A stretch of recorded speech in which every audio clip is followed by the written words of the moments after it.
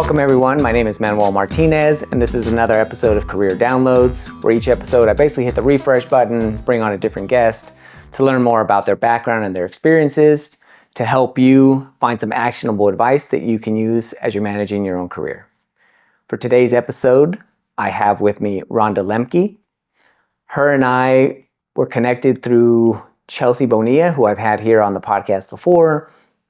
Rhonda and I got on a couple calls. We hit it off great. I learned more about her background and was just excited for her to talk about all the things that she's done, the things that she's accomplished. So with that, I'll go ahead and introduce Rhonda. Thank you, Manny. Thank you for having me here. And this is quite the honor because usually I'm having people on my real estate podcast. So it's great to actually be the guest and share my information. Yeah, and I'm excited, especially when we talked a little bit about the things you've accomplished throughout your career. It was I found it fascinating. So, and you shared a lot of insights with me that I know that if we go in a little bit greater detail, it's going to be very helpful for other people so that they can kind of go through and say, oh, I didn't think about it that way, or, oh, that's how she, how she goes and handles challenges that come through, and, things that a lot of times we may not think of in the moment, but later on you might be, oh, wait a minute, this scenario is familiar.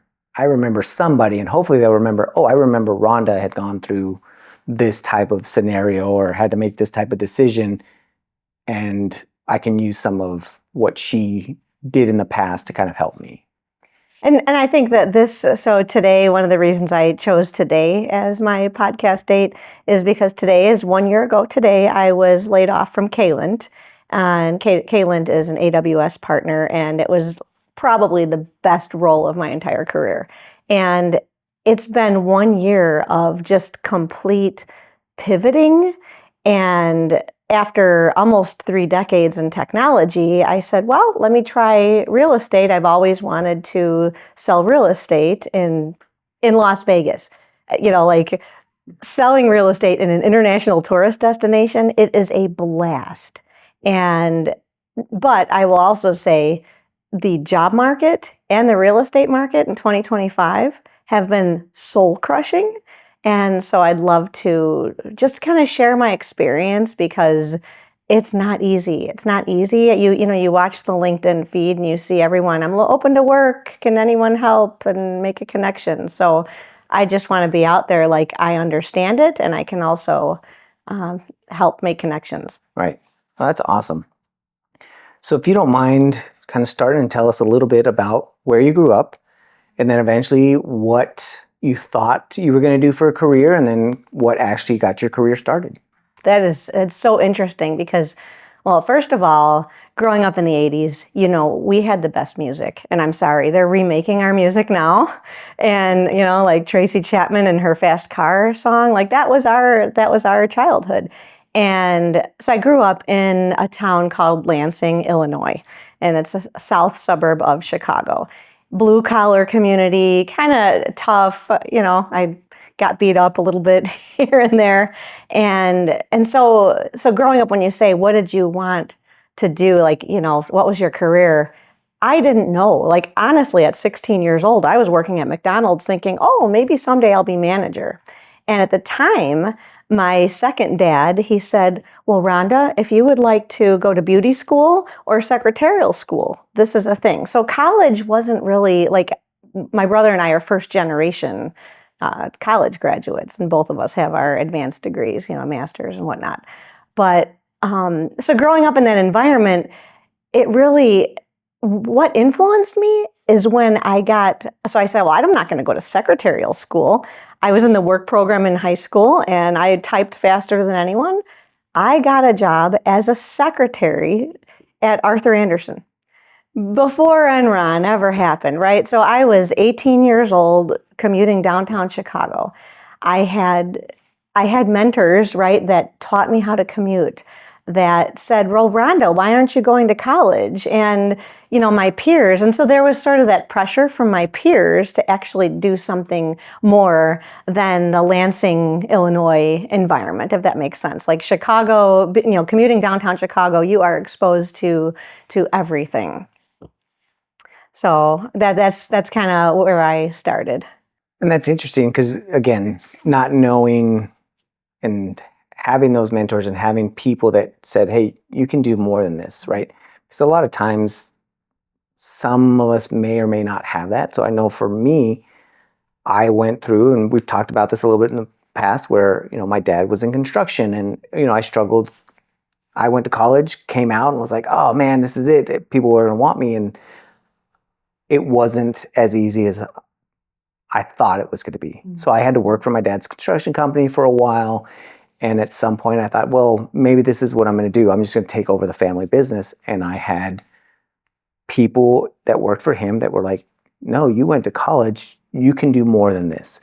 Again, nothing wrong with that type of living, but they were like, you didn't go to college to come back and do construction work. Mm-hmm. So, but that's great that you had somebody that said, hey, do more. So then you decided, okay, secretarial school is not for me. What did you decide to pursue instead? So as I was that, secretary, and then they changed the title to be executive assistant, I was working for a woman who I'm still in touch with today. She's a CMO for a very large company in Chicago, Unisys. And anyway, her name is Teresa Poganpole. This woman said, why don't you quit your job and come move in with me and go to college?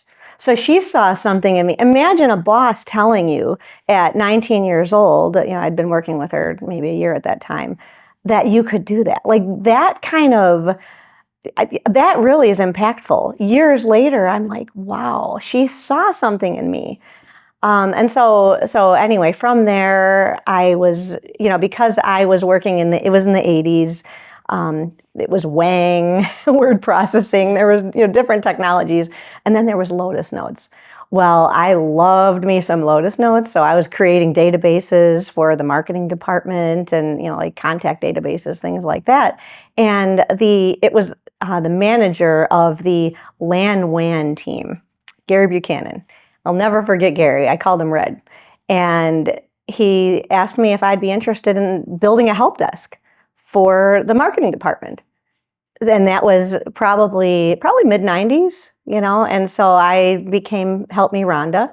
Young people don't know this song, but that was my mantra every time I answered that phone. So I was building, an ITSM system in Lotus Notes, right? It was like, but it was a ticketing database to track the work that the team was doing. And that's how I got into technology. Wow. And that, with you building that and kind of playing around with that, what was it about the technology that kind of interested you before being asked? I mean, was it just because like you could have easily, and I've seen people that just go through and we're doing the executive assistant and typing really fast and doing that and saying, okay, I've done my job and I'm done. You and I have had conversations in the past and I know why, but what is it that really said, well, let me play around with this and learn more? And obviously they saw something again in you to say, what do you want to build this for me? And you said yes, instead of saying, no, I don't want to do that. So what is it that really sparked that interest? Well, it's funny because I didn't have the confidence at the time. I definitely didn't think I was qualified because I didn't have a degree, right? I had come out of high school to work for Arthur Andersen. And so I was taking classes at night, but I thought I wasn't good enough because I didn't have that degree. So I think that now, looking back at my younger self, if I would have had more confidence, I don't know what I would have done differently, but I think what they saw was my communication skills, my follow-up, things that you just need to make sure, and your understanding of translating the technology to the business. Marketing people, especially at that time, they didn't understand. They had to log into their computer and use email. I mean, at the time, when I was working for Teresa, I told you, literally, it was a time I would print out her emails and bring them to her. Like it was a different time, right? So they just needed someone that could help them, come along in the digital world and, help them to be successful. And that's what I did at that time. And is that what, I guess, sparked that? Was it helping somebody else do something that really said, "What, I like this technology thing and I can help people," and being, it may seem a little cliche, but a lot of times, like, hey, the younger generation adapts to new technology, social media, things like that. Do you think that might have played into the fact that you're like, yeah, I can do this, or they obviously saw something in you, but also there's something in you that said, I like this and I can do it? I think that I didn't believe I could do it, but because I remember always going back to Gary and asking him questions. I didn't understand drive mappings. Wrapping my brain around drive mappings at that time was hard. And I remember doing, I don't know if you remember DOS, but I remember doing a DELTREE on someone's Windows folder. That was terrible. So completely wiped out somebody's computer. So I made a lot of mistakes. So I wasn't the most technical person in the room, but I was the person that wanted to learn anything I could. I was just like, teach me everything. And we didn't have the internet. It was one of those things that you had all those, Novell books and things at your desk, and you had people around you that helped. So then you became this help desk manager, and then what kind of transpires from there? So did you continue to build up this help desk team, and then, it got so big that you kind of move your way up? Did you move out? So it's funny, I became the supervisor, but then we had different buildings, and it became Accenture. And thank God, because Enron and Arthur Andersen are no more, right? So I transitioned over to Accenture, and I'm trying to think. We had multiple buildings in Chicago. It was just a massive, massive hub for us.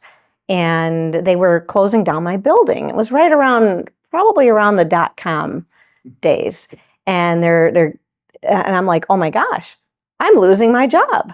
So I go and I work, in this other building, and I was like, I have no idea what I'm doing. And then I go work for this group that was remote. And this isn't like 2002.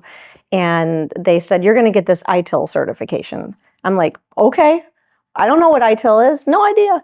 But that kind of put me then on now I'm change management, I'm incident management, I'm just figuring it out. So when I look back, there was never a 5-year plan. It was just like, you know what? Your job is being eliminated, but if you're the top performer, you're always moved someplace else. So that's kind of what happened to me. And I was at Accenture for 15 years. Probably some of the best years of my career, because at Accenture, when you're at a big company, you have so many options. You get bored in this role and you're recognized, you move to another role. So then years later, I went back and actually did consulting. Now, if I could do a career all over again, it would be start as a consultant, because you are just thrown in the water and you figure it out. But what I learned in consulting is it's not about how smart I am. It's about how smart all the people around me are. And I can get the answer and come to the client and look like the smartest person in the room. Not because I am, but because I have I think they called it the secret sauce, or, the machine. I had the machine behind me. And you mentioned being there for 15 years and kind of going through, and the time that you started, there weren't a lot of females in that industry. Mm-hmm. I mean, even now, like, we're starting to see more, and the same thing is just that there's starting to be a lot more diversity, a lot more different people, different backgrounds, and it's making it better.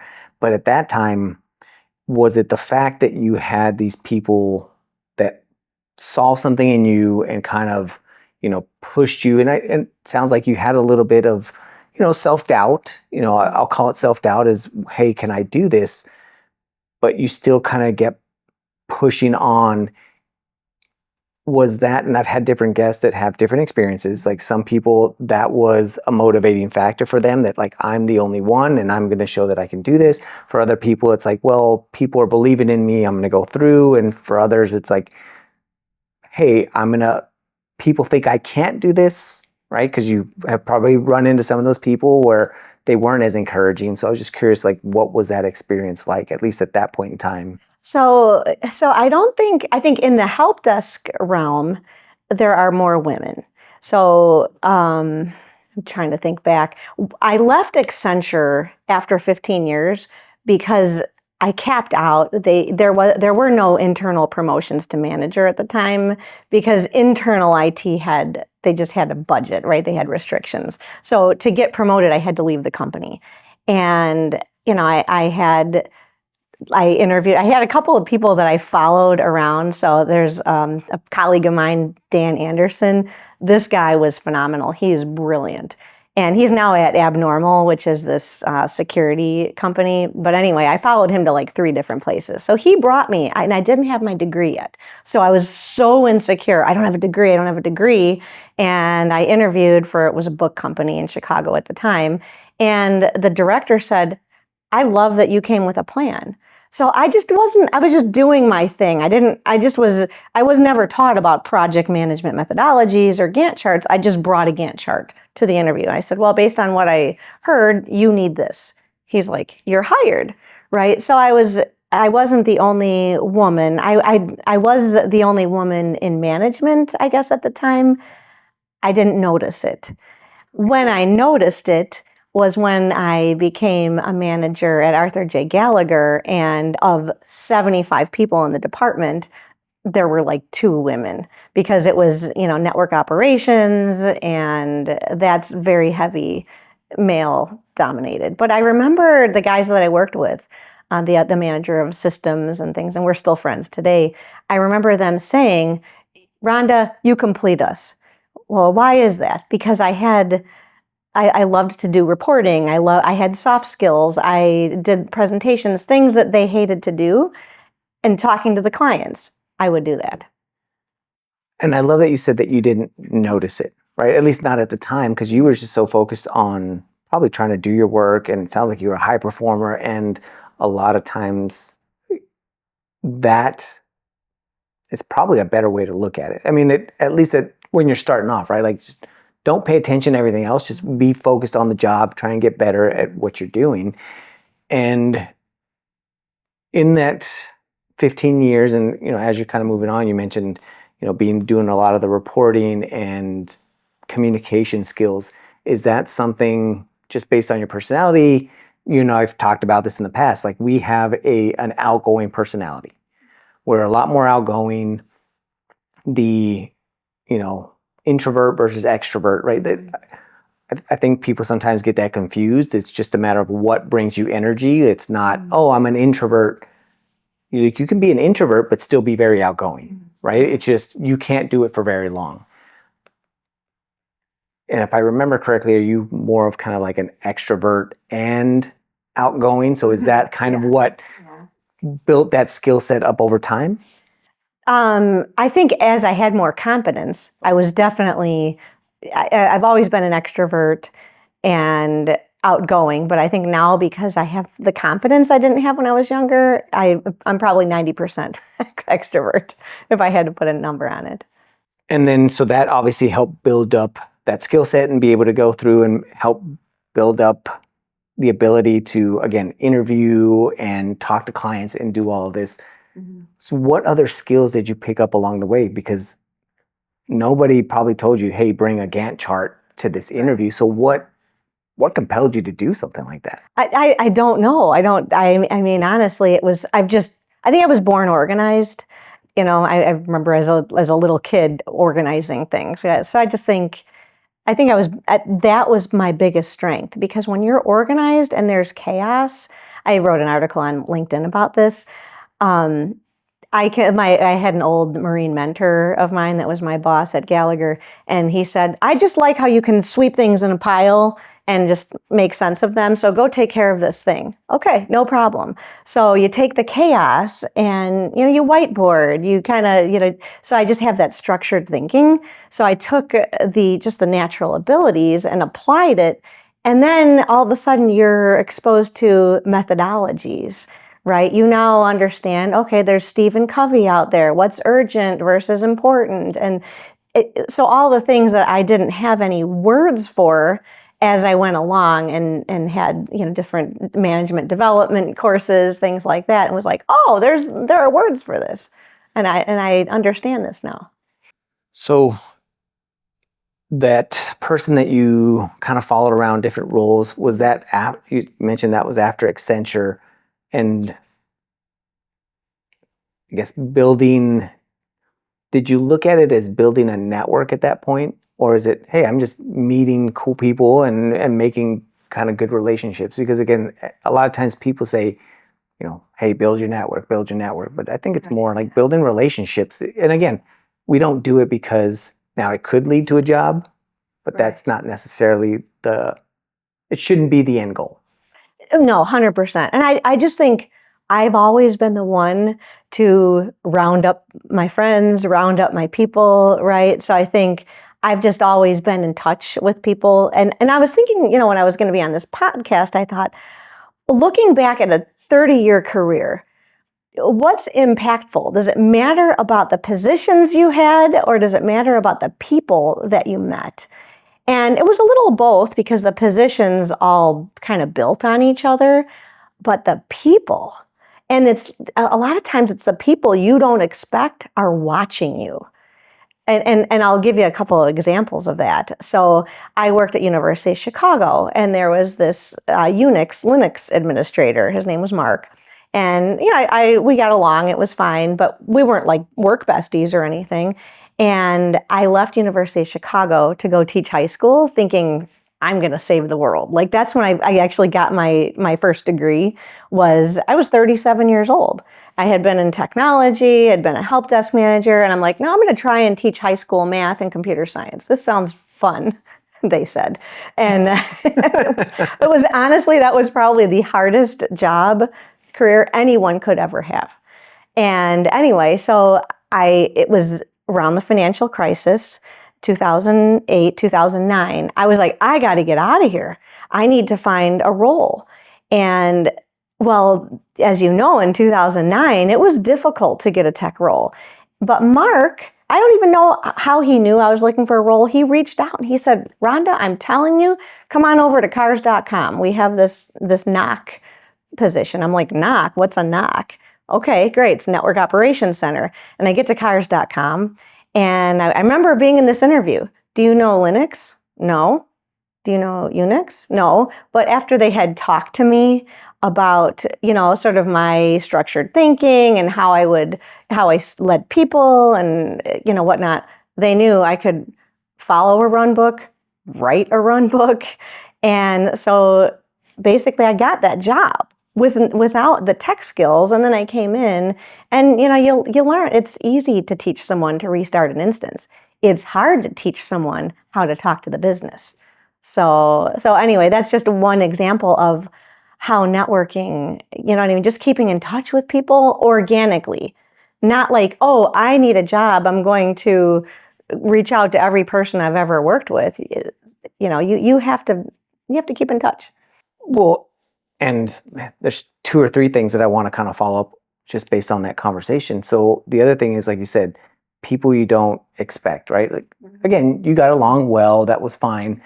But he also, I'm going to say that the way that you treated that person, the way that they saw you interacting, and that was one of the things that I learned early on, working for my dad in construction, is he told me, because I would see other guys and, he wouldn't be there. And my dad's told me at one point, because he saw me slacking off, right? I'm the boss's son. And I was like, this is construction, it's hard work. I was in junior high school. I want to say I was in junior high around that time. And, you play that game, like, oh, boss is looking, right? Like, now I got to do this. And he goes, always take pride in kind of in the work that you're doing. People are always watching, even when you think that they're not. And it's not always just the boss, right? Because your coworkers are looking.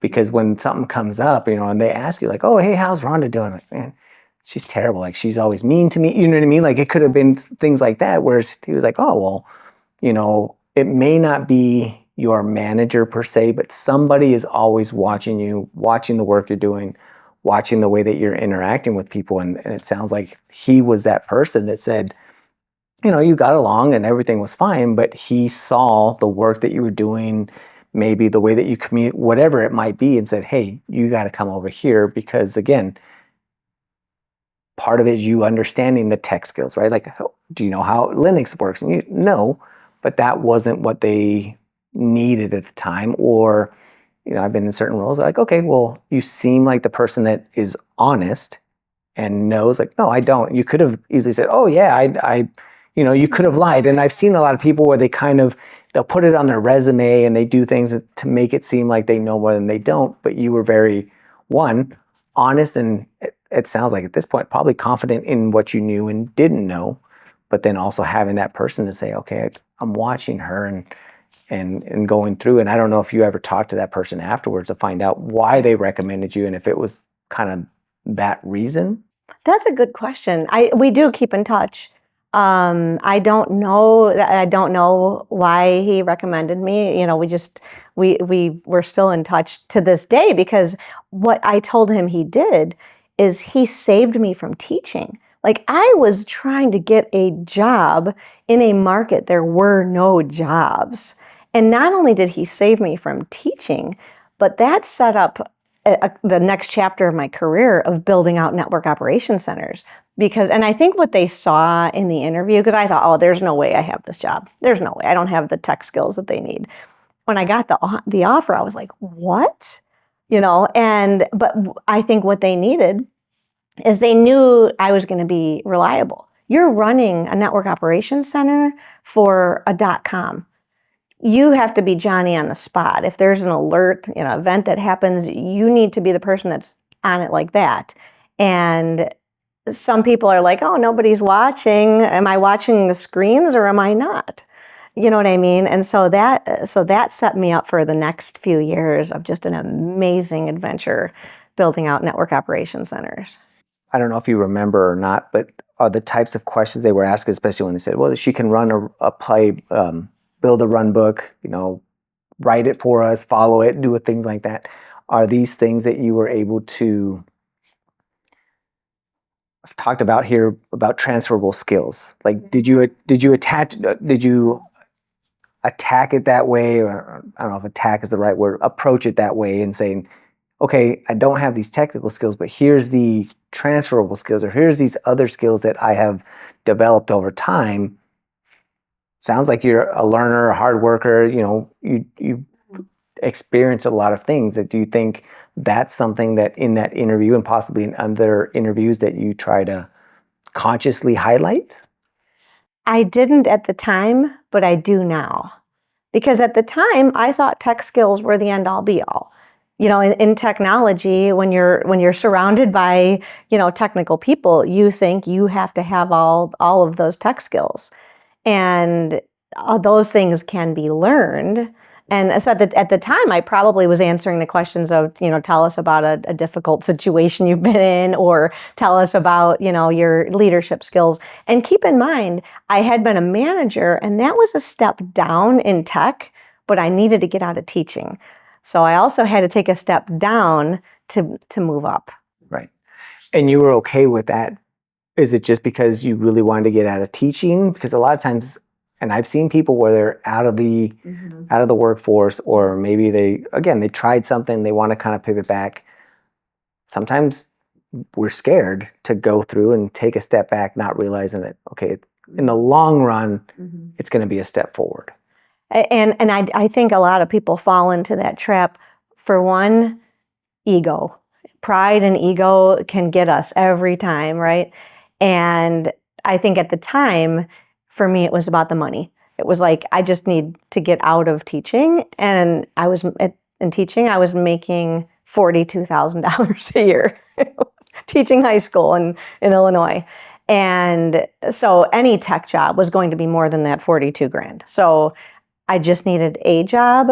Yes, did I want to go back? Because I worked hard to become a manager before I had the degree, which was very difficult. And, so it's very interesting to think about. But I do think ego and pride can be our worst enemy. So now you get in and you're managing the NOC, and you mentioned that built quite a bit of your career. So what were some of the challenges there to kind of building out a knock? Or I don't know if you were building it out or if you were just kind of taking over, like what transpired there? Were you growing the knock? Was it just kind of, It was a small knock. I wasn't growing it. I was learning. I was learning, how a knock was run, and I didn't have any sort of direct interaction with management or whatever. I was kind of doing it all on my own, and so I was learning about run books, and then I was saying, okay, what does my team need? What are the skills? And this was just a natural from my teaching. So you talk about transferable skills. I have this team, and I could see this person is good at HTML. This person is good at Linux, Unix. This person is good at networking. You automatically, and you put together this skills matrix, and you can see the gaps for your team. So sometimes I would talk to the night shift people and say, would you like me to teach you a little bit about HTML? Or, hey, would you like to do some cross training with this person and then I got my team more well-rounded. So I was just but I was learning about each of those areas. Does that make sense? It does. How long were you teaching high school? Almost 2 years. Almost 2 years. You mentioned that transferable skills. What else do you think you learned from your experience teaching? Because when I started teaching, I was teaching at college level, VMware classes, AWS, things of that nature. That's when I learned that I had a passion for helping. Like I already knew I liked to help others, but I learned that I really like teaching, helping somebody else pick up these skills. Like you said, hey, do you want to learn this? And I think also like leadership skills at that point is really understanding how, and I think I refined it, which helped me later on in my careers, that business to tech, language. I thought I was, we all have that, like, oh, I've been doing this for a while. I've taught other people in tech. I've been able to talk to managers because they were in that same realm. But I had students who were just taking college classes. They weren't doing it for the certification. It was part of their curriculum, who had no idea what a virtual machine was, with VMware. So now having to explain in analogies, and I was like, it really humbled me. But then I was like, oh, okay, this is a skill that I need to develop. I need to be able to be better at communicating and explaining technology terms or concepts to someone who doesn't have that background. Yes. And I think about those skills of being able to explain not only to the business, like in a help desk role, you're having to translate those technical terms in something that someone can understand. Well, now you've got people with technical aptitude in one area, and they want to go into another area, and so I can open the door. It might not even be me teaching them the thing, like you were teaching VMware classes. You were teaching, I would be like, oh, hey, you're interested in VMware, Manny, would you be willing to spend an hour with Joe to explain VMware? Like, those are the types of connections that I might make. But I will tell you, I didn't think about it until this week. There's teaching, there's technology, and sort of being a go-between between business leadership and tech and real estate. When you're guiding someone through the process of buying a home, selling a home, like this is contract language that people just kind of glaze over. And they're like, I want to understand what I'm signing. And some people will sign blindly. You have to be able to say, okay, what does this mean in their language so that they can understand what it means for their bottom line, their mortgage payment, their liability, whatever that might be. And so those training skills and translation skills, I think, have been what have made me successful. And I love that because I think a lot of times we don't stress that enough, or probably we don't even realize it enough. These transferable skills, these things that we learn through any number of things, right? Even now, like you're talking about, like, oh, I don't remember, like looking back, it might have been something you encountered 20 years ago that, in the back of your brain, it was like, oh, well, I experienced something like that, back then. I didn't remember, or I didn't realize it, but that helped me now, or it helped me 2 years ago, and things of that nature. 100%, 100%. So then you build out this NOC, and you mentioned that from here you kind of ended up going to a couple other places. So what was it that made you kind of search for that next role? Was it, hey, I'm trying to get to that next level, get back to a manager position? So I did want to, move into a management position. I think I was recovering from the PTSD of teaching. Like, I literally remember going in the ladies' room of the, downtown Chicago building, being like, wow, this is great. It's a big girl bathroom. But anyway, so I was recovering from that. And then, after, I don't know, it was probably 9 months later, this woman who I had worked with, again, at cars.com, right? She went to Sears.com, and she reaches out to me, we need a NOC manager. So I wasn't looking. I was hoping for the next role, but I still felt like I was happy where I was. So I was like, oh, I have this opportunity, but I was scared because the Sears NOC was bigger, and you know what I mean? It was, but that is where I met the best mentor of my entire career. So she reached out to me, and then I ended up at Sears.com working for Dennis Foy.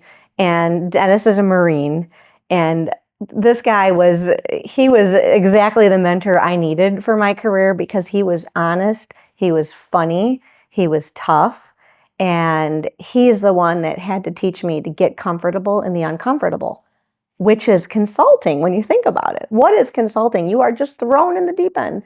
So anyway, I am forever grateful to him.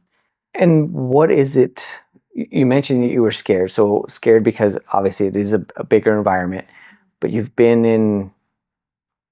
had a long-standing career. And I get it at times where, was it really being scared, or was it more uncomfortable, just like because you're going to have to stretch and grow? I knew that my strength was not my technical skills. I mean, the brilliant people that were working on this NOC were literally, like, one of the guys went, I think he went to Amazon. One of the guys, they built the tool that we used for the NOC. Like, they had, you know what I mean, like, built this software. So these were smart people. I knew I wasn't at their level, right? So I was intimidated, and so that was the technical piece, right? I knew I wasn't going to learn all the things that all of these brilliant people knew. So, but what I brought in was the leadership and the cross pollination of the skills and things like that, right? Because when you're looking at building a NOC, you need people, process, and technology. You can't just have the technology. You need, schedules, coordination. You need to understand, what are the SLAs that you need to build out? What is the business losing if the shoes are not on the site? You know what I'm saying? So I think that I was scared. I was petrified because I didn't have those technical skills, but they didn't need me to have technical skills. Leaders that need to log in and do things are not as effective as if they can't. So the fact I couldn't help them technically, but I understood the concepts technically. And, like, if we sat here and talked through, let's pretend we were talking through an AWS technical issue, and you were whiteboarding, I could totally understand it. I'm not going to be the one to log in. But you need to stay, as a leader, you need to stay up so that you can help the team work through the challenges. As you're going through, and you have to be the person that, again, coordinates schedules and doing all of these things, are you asking a lot of questions to gain a lot of this knowledge? Because you mentioned before, like, hey, I don't know this, I don't know that. Would you say that one of your strengths is, and you may not have seen it as a strength, is I don't know. And one of the things that I've learned is that is a big strength for me. Not knowing, but being curious is what really does it for me. Is, and I've put a lot of LinkedIn posts, about this. And it's like, hey, it's asking better questions. that comes with time. It's not just like, man, I am fantastic at asking questions, but I am curious to go through and say, hey, how does this work? How does that work? Was it those types of things, as understanding what they're doing, or was it understanding what they're doing and why? I think that, and that's a really good question. I think that EQ is super important because you have to be able to read your team and read where they're frustrated and be able to help them. Basically what you're doing, it's probably how you are with as a parent, right? You're setting them up for opportunities. Okay, so what I'm hearing is you're having a challenge with the vendor and you're not getting what you want. Great. Let me use my title and talk to their leadership. And let's get this blocker, so it's reading the room. And even if it's virtually, you're just kind of understanding, you're watching the Slack messages or you're watching the emails and you're like, okay, let's stop. I can see where the challenge is, whether it's a technical or it's a process issue or it's a people issue, because you have all three of these challenges. So so when you say asking questions, I think it's first reading the room, always reading the room, and knowing where I can help.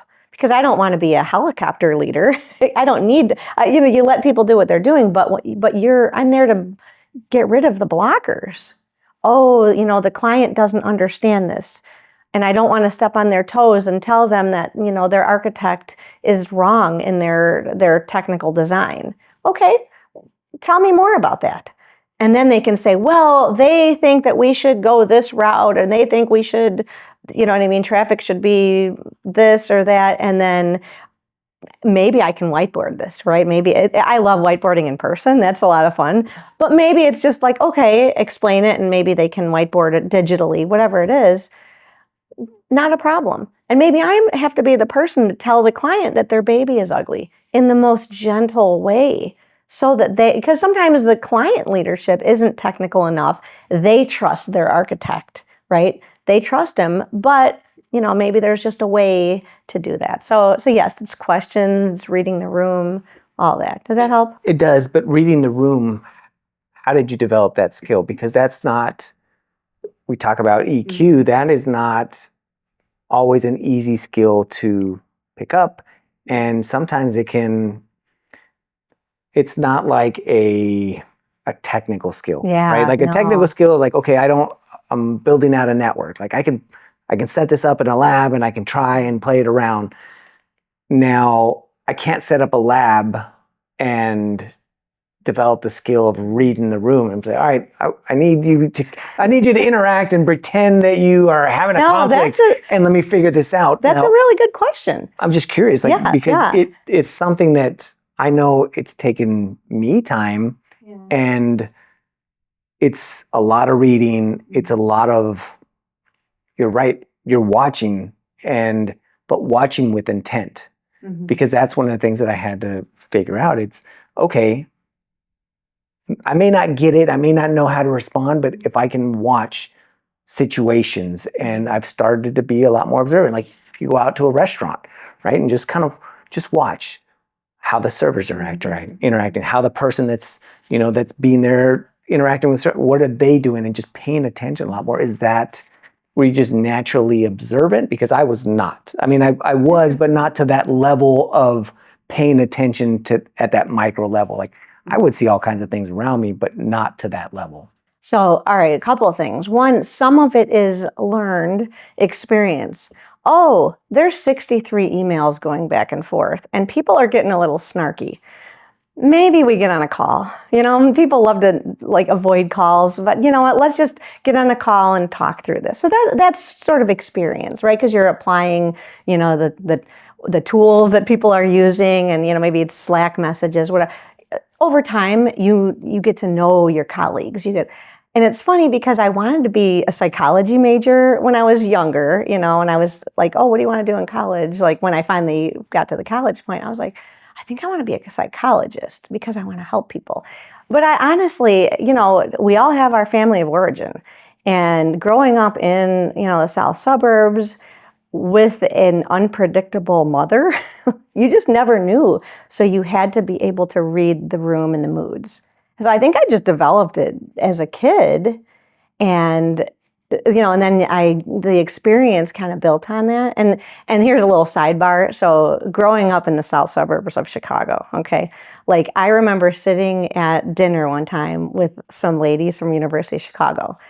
Of the four of us, only one of them only had one stepmom and one stepdad.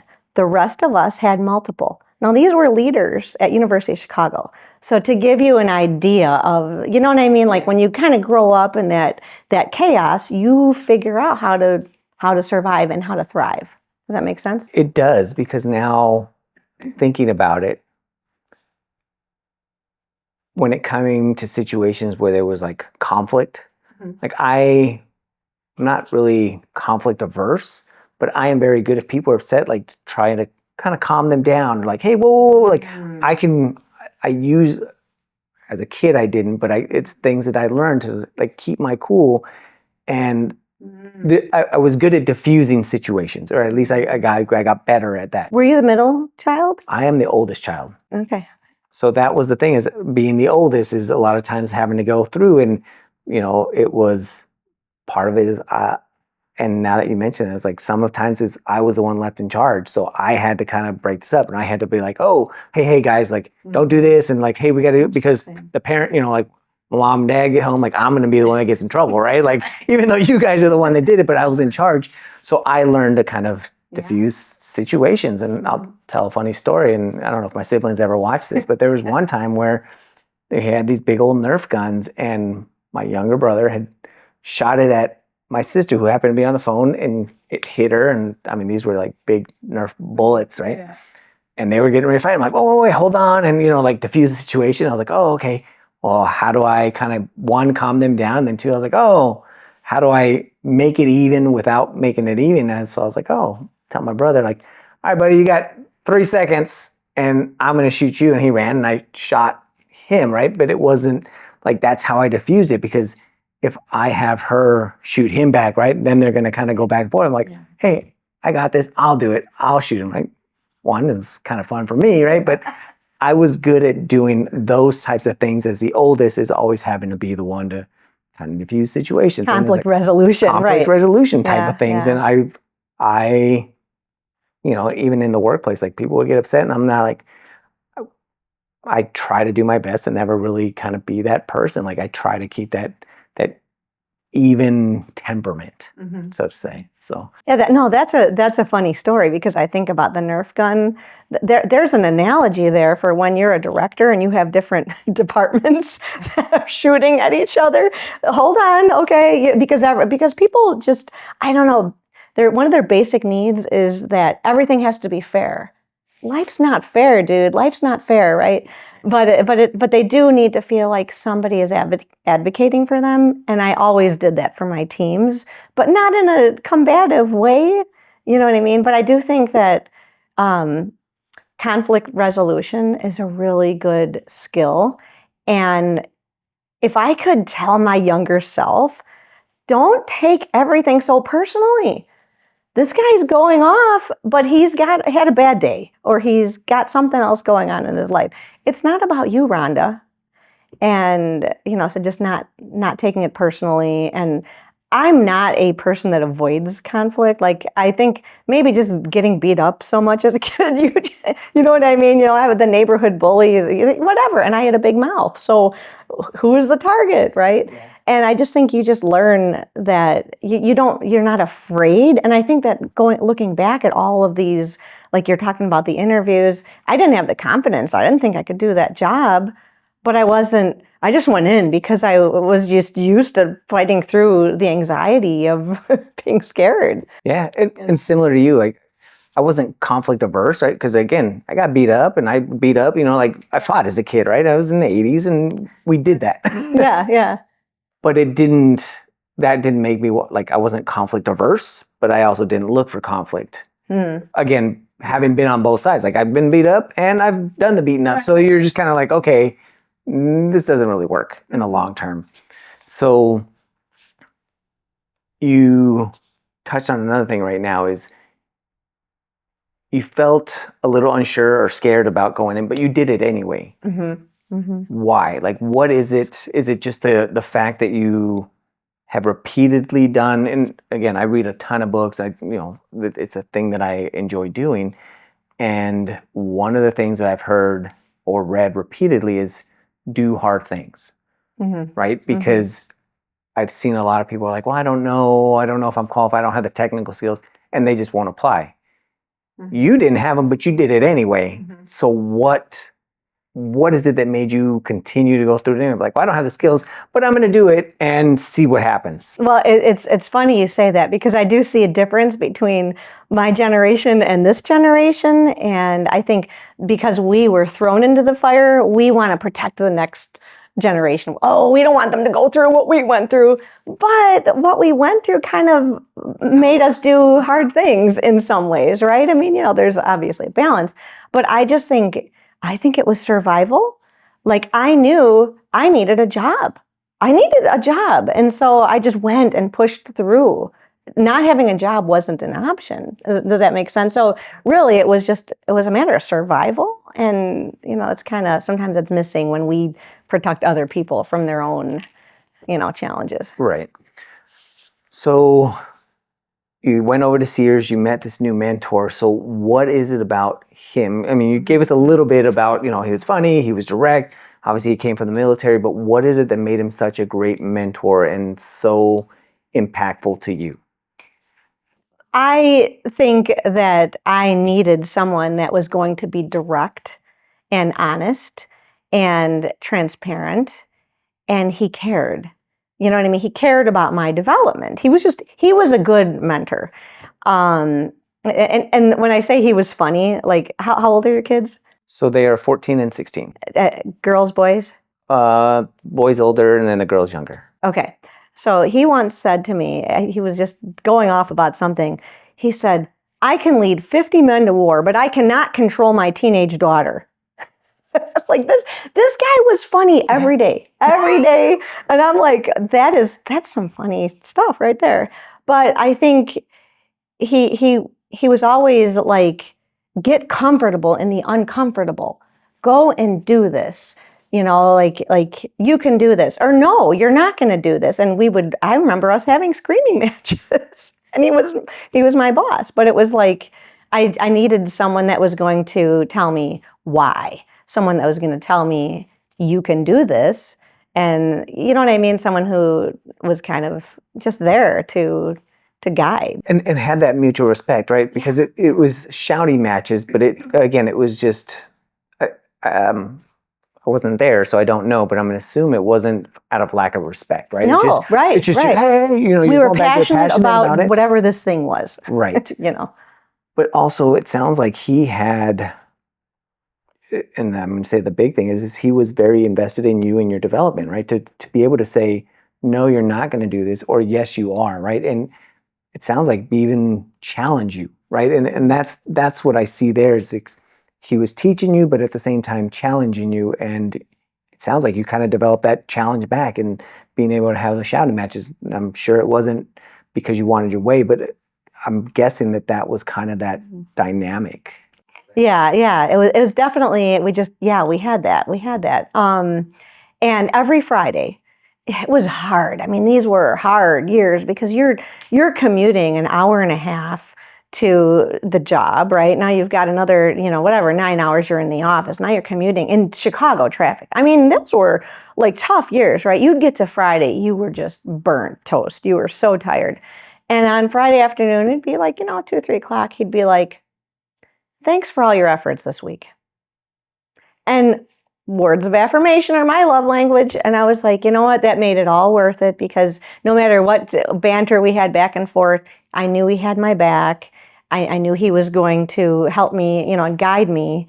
And he appreciated the efforts.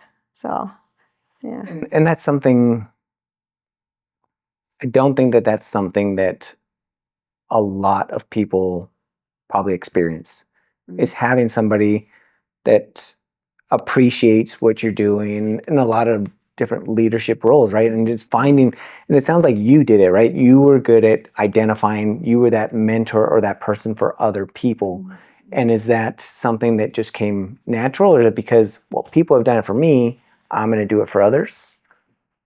It's funny you say that because I have repeated so many times expressions that he said in situations because they helped me.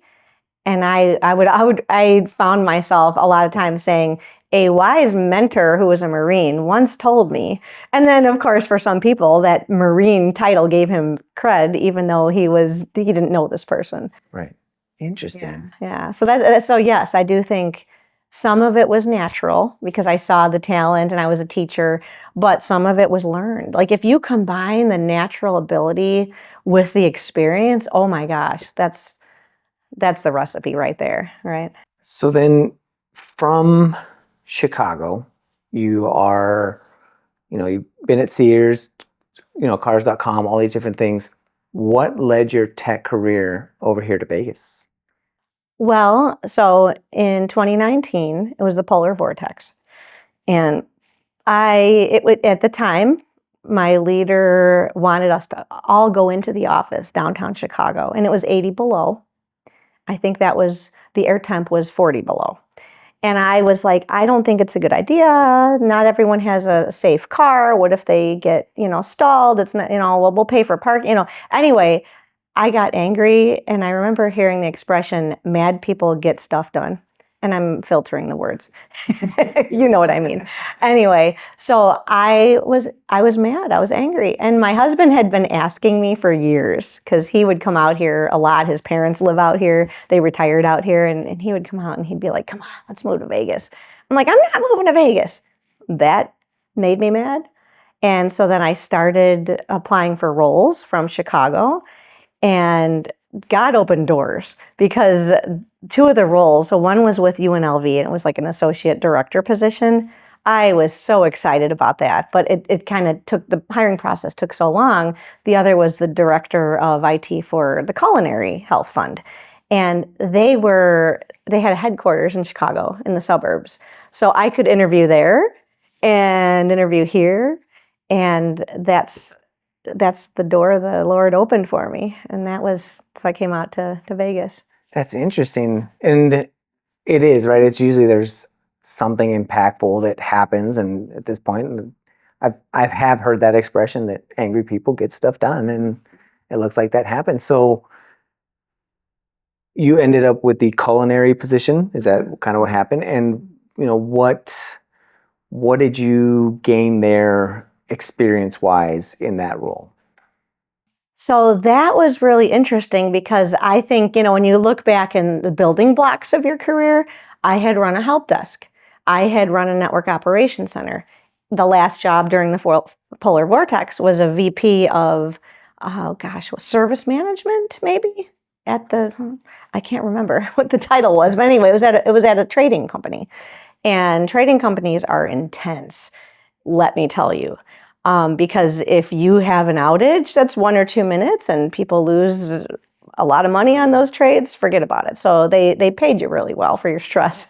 But anyway, I was doing, compliance and audit and, all the ITSM functions. So I had all of those. And then I come to the culinary and now I have the help desk, the infrastructure team, the database team. It's just kind of like, wow, okay, this is everything all in one instead of just, having, and it was a smaller environment than some of the others. So I've done large global companies and smaller companies.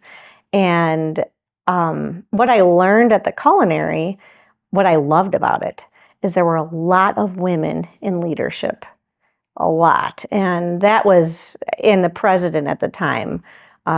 She was a woman. And I sat at the table being interviewed by all these powerful women who just led these departments. And I was like, okay, but I had to learn in that role. I had to take all my consulting skills and learn how to negotiate. That was the skill that I now use in real estate. Because I had to say, okay, Manny, I know your department really wants this thing built. And, Sharon, your department wants this built. The resources that we have, here's what I can offer. And I would have to, with them, and sometimes it's not about it's sometimes about the title and the politics and who's got the more power. But I had to do it in a way that said, these are the resources that we have to do the thing. So that's what I think that was the biggest skill that I learned at the Culinary.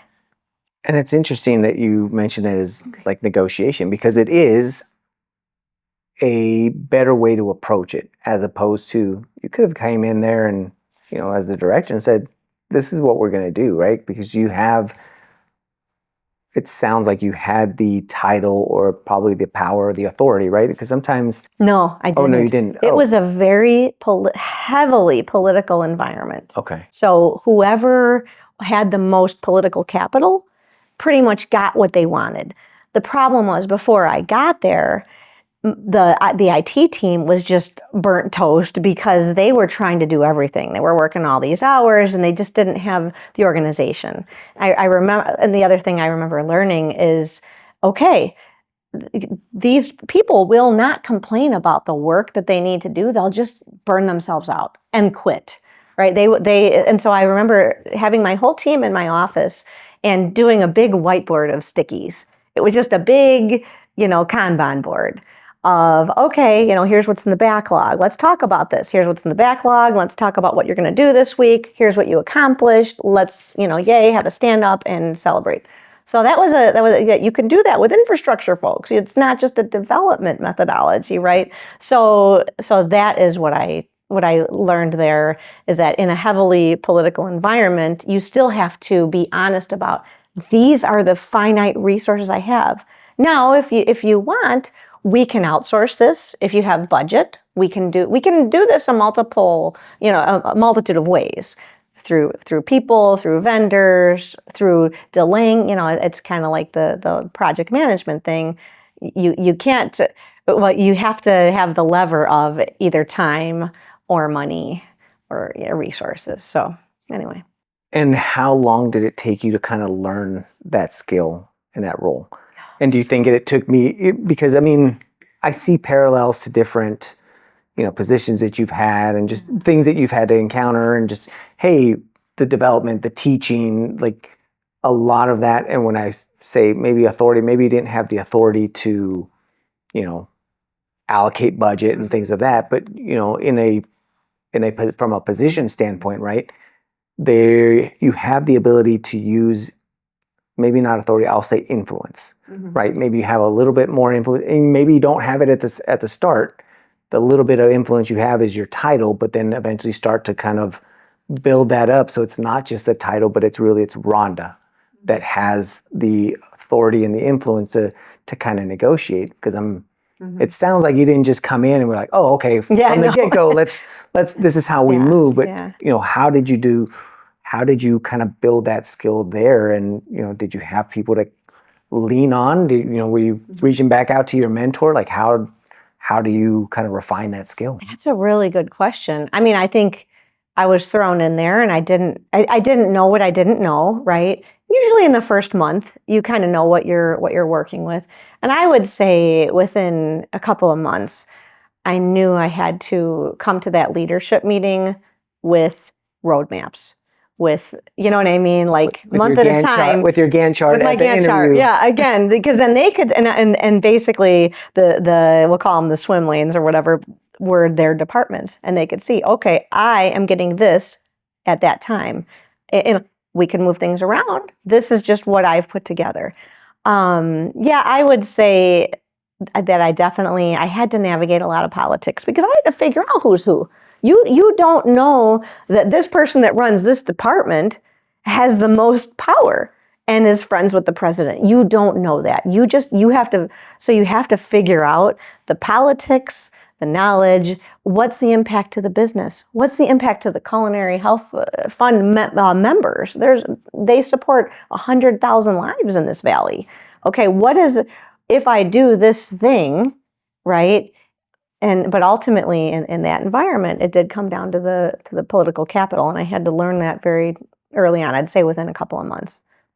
And it's funny that you mention that because I forget that you came from Chicago. So even understanding the culinary here, like the culinary union, all those people, like you said, they're supporting the young people. Like there is a lot of, like it is a lot of politics, but there's a lot of different people. You don't know who's connected to who within there, but it sounds like you were able to use a lot of your project management skills, like your observation skills, and slowly put all that together. So even though it took some time, there's different areas and different skill sets you've built up over time. And I think that's something that, again, kind of going back and looking at this entire theme of kind of the conversation and just things that I try to impart on people. And it's not just early in career, because there's a lot of things that I've learned later on in my career. It's just, hey, all these skill sets, they compound over time. It may not seem like a big deal of you kind of doing your project management, like, hey, laying this out, whiteboarding.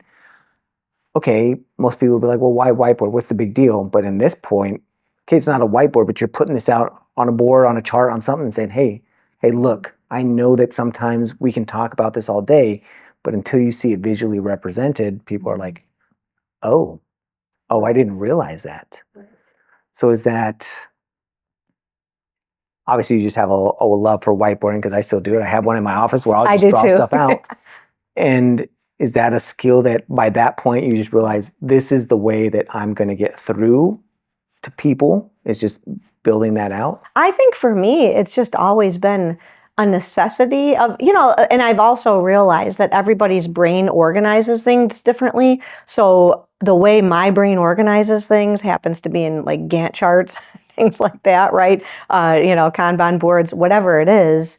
But I have to know that if other people don't organize their brains this way, I have to find multiple ways. And that's what I learned at Accenture. Multiple ways to communicate the same thing in visuals. Got it. Okay. I also want to say that I didn't just go in, like you said, how long did it take you?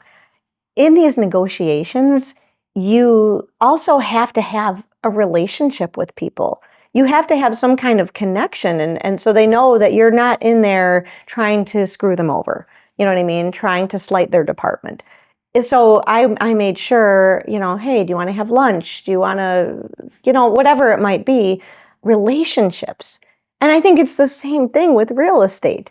You can't just say, hey, do you want to buy a house? No, you first need to find out, where are you coming from? What's your story? And the same thing with the politics in any organization. What's the story? What's the history of these politics? Okay, now I need to, because I know now there's landmines, and I need to avoid the landmines, but I want them to know that I'm not there to screw them over. Right.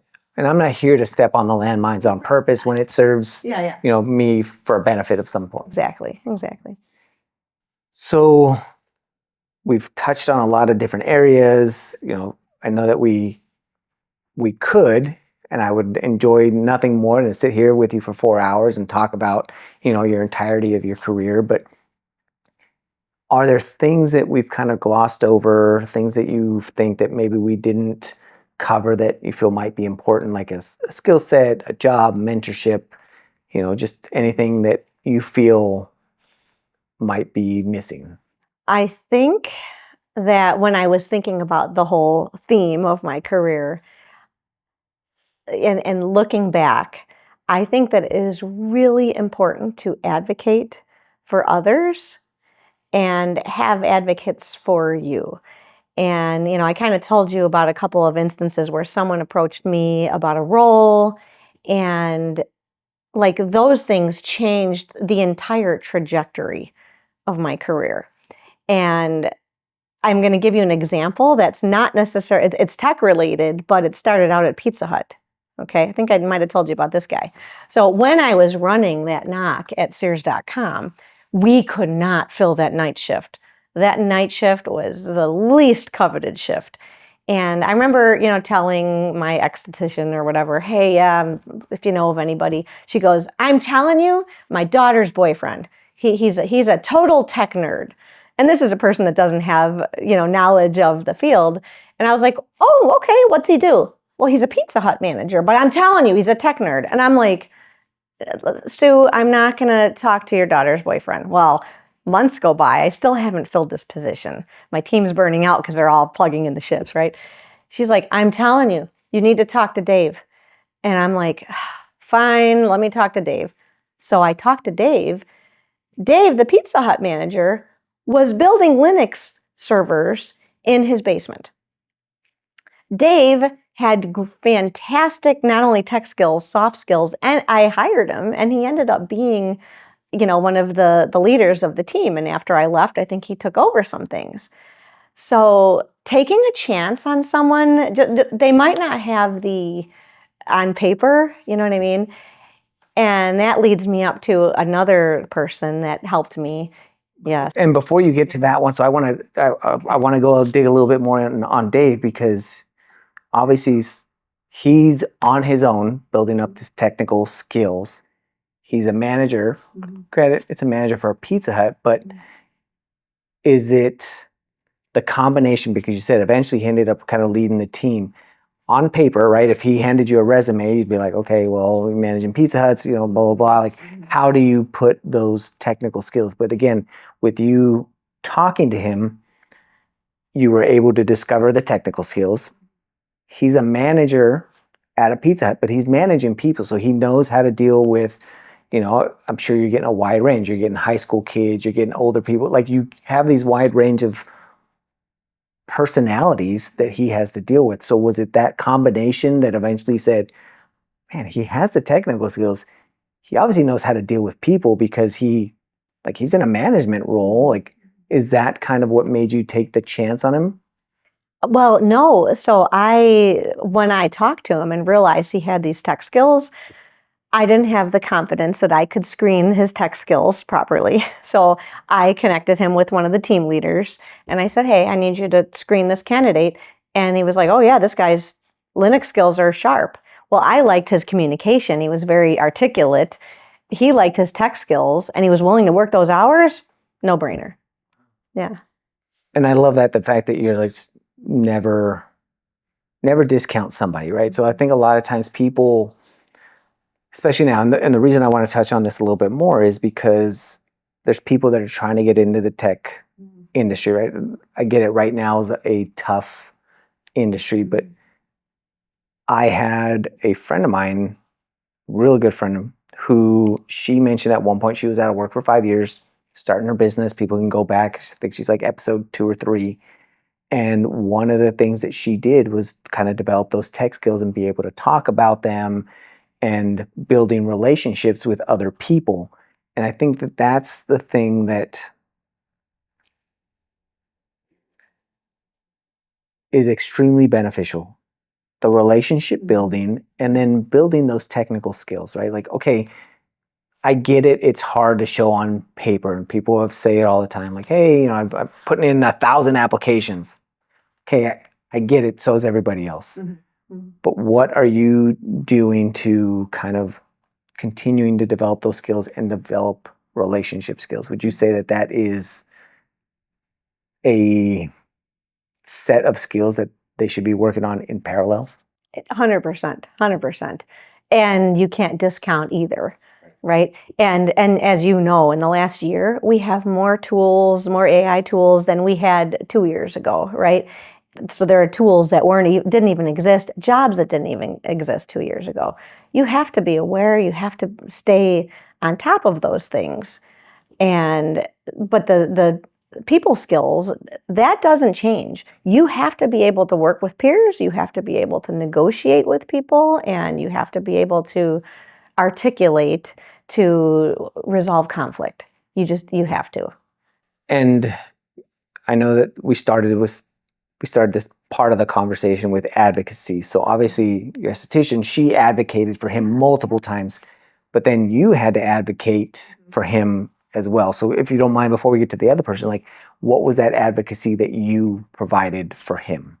So all I did was I took the information I had because she had advocated so much, and I, brought him and presented him to my team. And so I kind of opened the door. And that's the thing, I think, at the manager and director level, you have different political capital. You have the authority to open doors for people. And I think that you should do that with your title. Got it. Okay. Sorry, I wanted to touch a little bit on that before you bring up the other scenario. So, okay, yeah, there's two scenarios, but I know we're running short on time. We're good. We're good. Okay. So one scenario is that when I was at the culinary, now it's COVID time. And I've just moved to Vegas a year before that, and I'm like, wow, we're grabbing cell phones out of the recycle bin to send them to the providers so they could do telehealth appointments. It was crazy times, right? Well, then, right around then, I think it was 2021, 2022, I had an old boss from cars.com. I hadn't talked to him in years, but we were on LinkedIn. And he reached out and said, hey, I know of this director of cloud infrastructure position for this healthcare AI company. And I was like, I don't even know how to spell AWS. What are you talking about? He's like, no, I'm telling you. I know you. I've watched your career. I've worked with you. And you can figure out the technical. So I remember literally he advocated for me. That opened up the cloud space for me.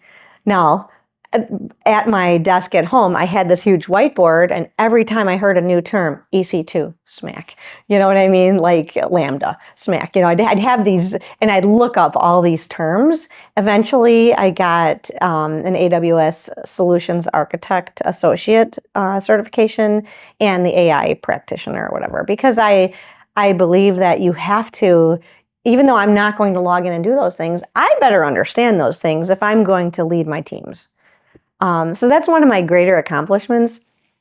At the same time, so that company is no longer, but around that same time, I got an MBA, and it was like my mentor. Well, so I reached out. I don't know if you know Nadia Hansen, who she was the CIO of Clark County. Yes. I was following her on LinkedIn. She's a dynamo. She is so smart. She's on top of the modern technology. And I reached out because in infrastructure, you just don't have many women to look up to. And I said, you know what, would you mind mentoring me? So when the time came that I needed to find my next role and I got my MBA, she gave me some great guidance. She said, look, you need to write down your must-haves in your next role, and you need to, like basically rank things. And I was like, okay. And I didn't think that was a thing. And once I put it on paper, I was like, oh, she goes, Rhonda, I'm telling you, go back to consulting. You got your MBA, go do it. Well, now I have a cloud skill that I can take to consulting. And that's how I ended up in the culmination of all of my roles at Kayland. The question I have for you there is, I agree with you. I've seen what Nadia has done, and she is that powerhouse that probably attracted you to her based on her career. Yeah. What gave you that confidence to go through and say her specifically, like, and reach out? Because I'm assuming I don't know if you knew her, had met her, so it was just through LinkedIn. But again, it's an important question, and the reason I'm asking this is because, two things. I think a lot of times we think that a mentor has to be somebody that's been in a career longer than we have.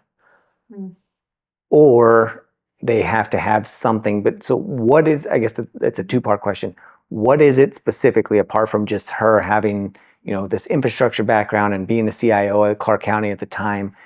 And then what gave you the confidence to say, I need to reach out to her and say, help me? I honestly don't know. Like I'm putting myself back in when I reached out. Again, at that point, I had nothing to lose, and I probably heard it like at a conference or something, like, reach out to people and find your own mentors. And because here I was mentoring other women and, other people earlier in their career, and I just felt like I wanted to have a female mentor. I didn't want to just be reading books by female leaders. I wanted to have a female mentor in this space, and she was so dynamic. I just think I had I don't have anything to lose mentality. Oh, that's awesome. And again, even if you did have something to lose, I think it's still a good thing to kind of pursue. And I try to tell people again in one-on-ones, go for it, try it. what's the worst that can happen? Is they're going to say no. And I have a quote from one of our recent sales meetings that was really helpful, and it's a life quote. I was like, oh my gosh. Embarrassment and people pleasing are a prison. Whoa, I was like, wow, is that not true? Yeah.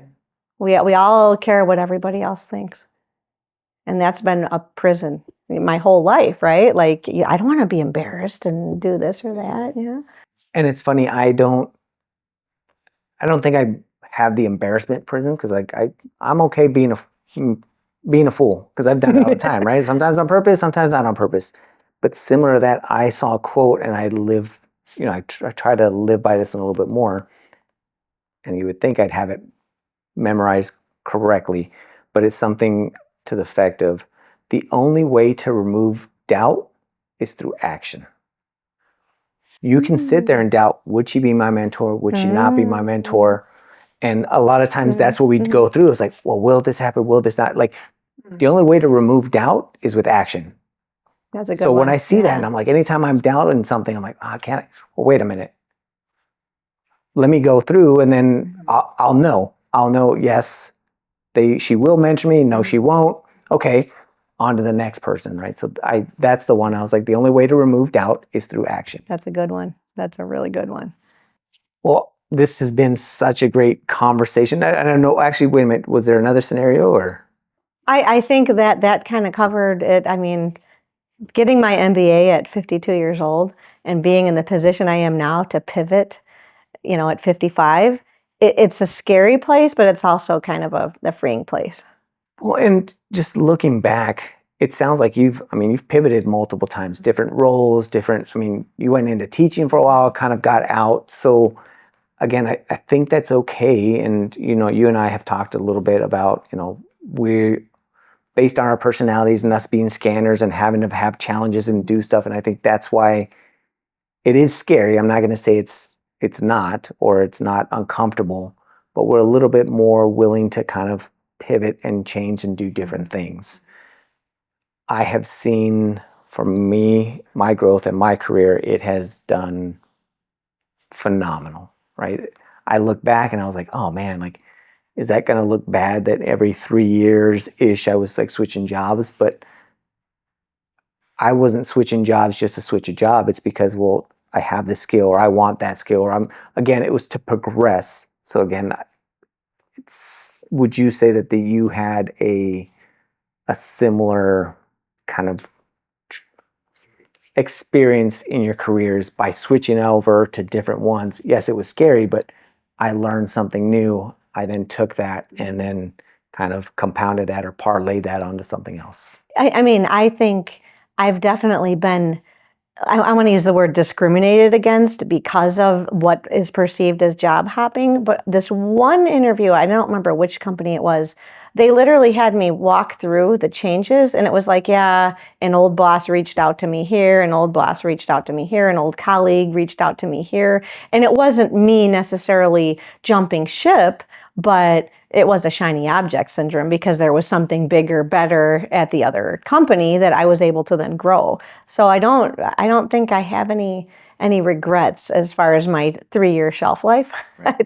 I think it's fair. And now it's not like our parents. They stayed in a role for 40, 50 years. My father-in-law retired as an accountant for a law firm in the Sears Tower. You know what I mean? Like, he worked there 42 years. That's not a thing we do now. We have like 3 to 5 careers in our lives.